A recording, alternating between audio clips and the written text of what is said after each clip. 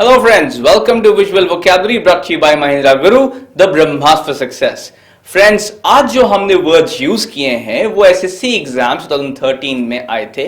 हमारे जो वर्ड्स होते हैं वो MTH, UDC, LDC, CGL, CHSL वगैरह वगैरह एग्जामिनेशन से लिए गए होते हैं। प्लस जो सिनोनिम्स एंड एंटोनिम्स हमने यूज किए हैं वो आपके बैंक एग्जाम के पॉइंट ऑफ व्यू से बेहद इंपॉर्टेंट है, तो पूरा सेशन जरूर देखिएगा। सबसे पहले एक रिमाइंडर आप सभी के लिए, अगर आपने अब तक हमारा जो चैनल है यूट्यूब का उसे सब्सक्राइब नहीं किया है तो कृपया यहां पे क्लिक करके सब्सक्राइब कर लें। अगर आप सेल फोन में इस वीडियो को देख रहे हैं तो ज्यादा अच्छा यही होगा कि आप पहले जाएं हमारे होम पेज पर महिंद्रा ग्रुप पे और तब उसको सब्सक्राइब करें। आइए देखते हैं हमारा जो प्रीवियस वो क्या चैलेंज है वो क्या था। वो ये रहा आपके सामने।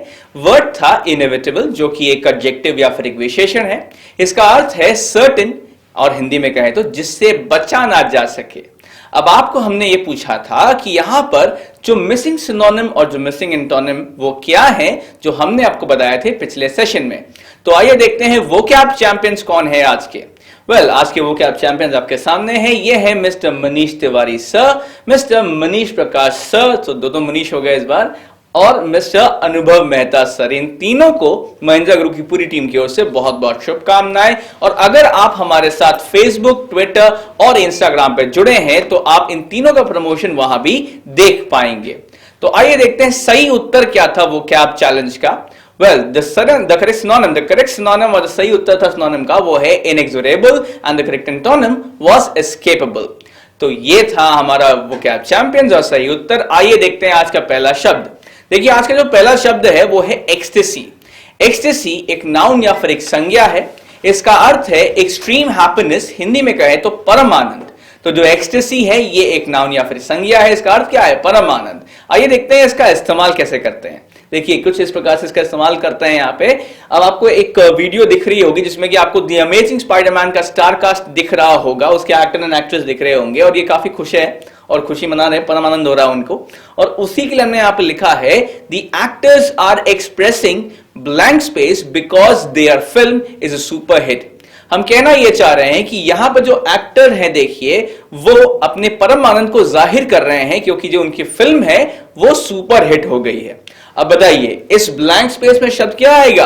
एक्सटेसी। तो वाक्य क्या बनेगा फिर? The actors are expressing ecstasy because their film is a super hit. आइए देखते हैं सिनोनिम्स क्या होंगे इसके।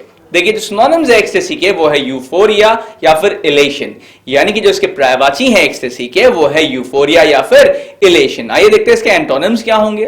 जो इसके एंटोनिम्स है देखिए वो है डिप्रेशन या फिर मिजरी, यानी कि देखिए जो विलोम है एक्सटेसी के वो है डिप्रेशन या फिर मिजरी। तो हम उम्मीद करते हैं कि आपको समझ में आया होगा आज का पहला शब्द। आइए देखते हैं अगले शब्द की ओर।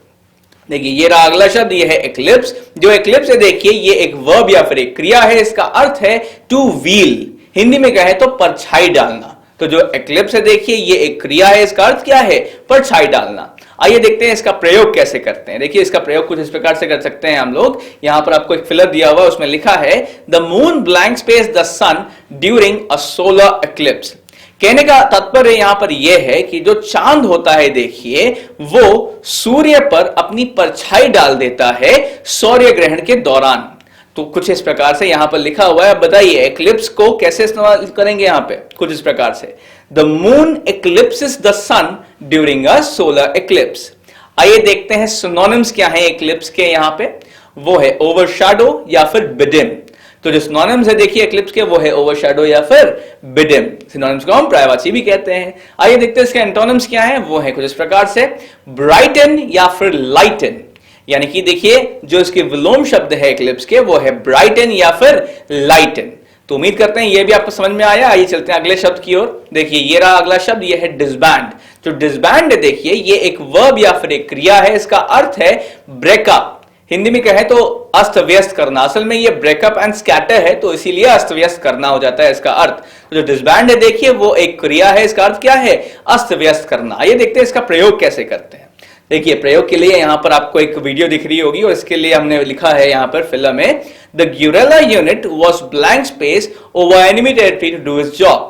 देखिए जो ग्यूरेला वॉरफेयर होती है ये एक बहुत ही आधुनिक तो नहीं कह सकते हैं हम, ये बहुत ही पुरातन तकनीक है जो कि भारत की सेनाएं इस्तेमाल करती आई हैं सदियों से, और अब इस तकनीक को पूरे विश्व भर की सेनाएं प्रयोग करती हैं। इसमें करना यह होता है कि जो भी सेना होती है वो छोटी छोटी टुकड़ियों में बंट जाती है और फिर दुश्मन को मात देती है। तो ऐसी जो टुकड़ियां होती हैं इनको गुरिल्ला यूनिट कहा जाता है, और जो कि आपको यहां पर एक दिख रही है इस वीडियो में। और इस संदर्भ में हमने यहाँ पे लिखा है the guerrilla unit was blank space over enemy territory to do its job. यानी कहने का मतलब यह है कि जो यहां पर ये गुरिल्ला यूनिट थी वो दुश्मन की जो पूरी टेरिटरी थी उसमें अस्त व्यस्त हो गई ताकि वो अपना काम कर सके, जो कि दुश्मन को नेस्ता नाबूद करने वाला है। आइए अब बताइए इस डिसबैंड को कैसे यूज करेंगे। इसमें कुछ इस प्रकार से, the guerrilla unit was disbanded over enemy territory to do its job.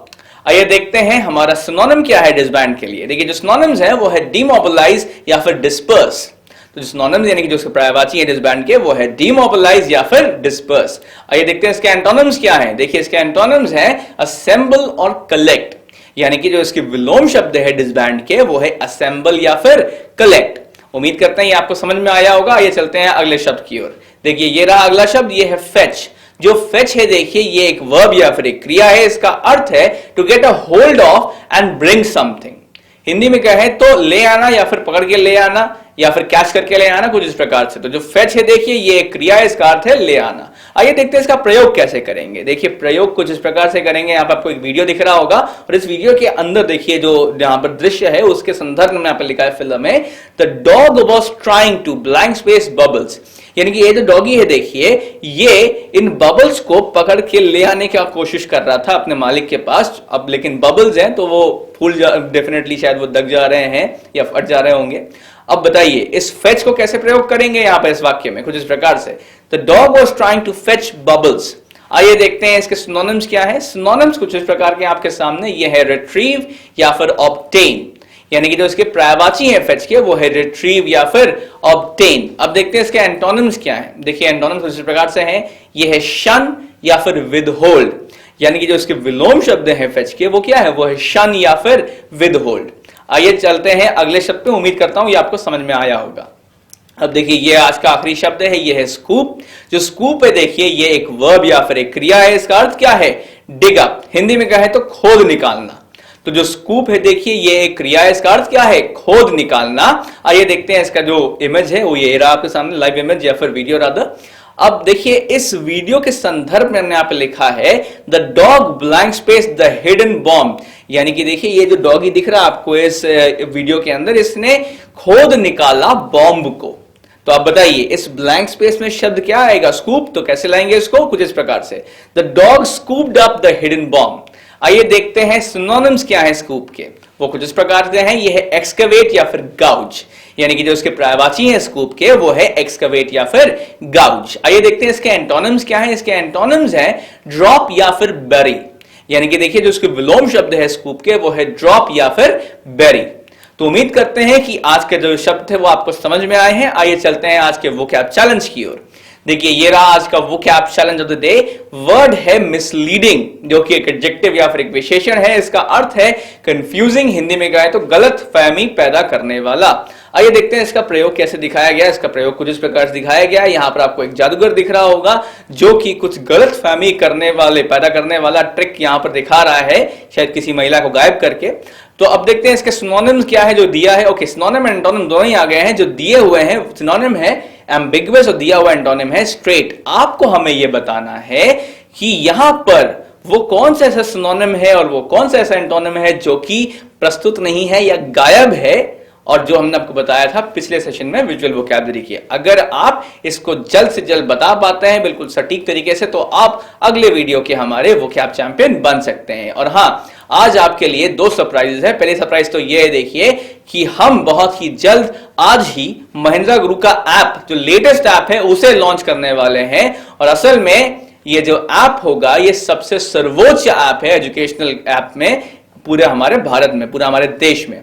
और दूसरी बात यह है कि अगर कोई ऐसा वर्ड है जो कि आपको मिलता है और जिसका अर्थ आप ढूंढ नहीं पा रहे हैं या जिसका प्रयोग आप समझ नहीं पा रहे हैं कैसे होगा, तो उस शब्द को आप कमेंट बॉक्स में लिख सकते हैं और हम आपसे यह वादा करते हैं कि हम उसका प्रयोग और उसका अर्थ जरूर निकाल देंगे। तो उम्मीद करता हूं ये आपको पसंद आए होंगे, और हां, अगर आपने अब तक लाइक नहीं किया इस वीडियो को तो प्लीज लाइक कर दीजिए। साथ ही में अपने कमेंट्स में हमें अपना जो फीडबैक दीजिए कि आप और क्या इंप्रूवमेंट्स चाहते हैं इस वीडियो में।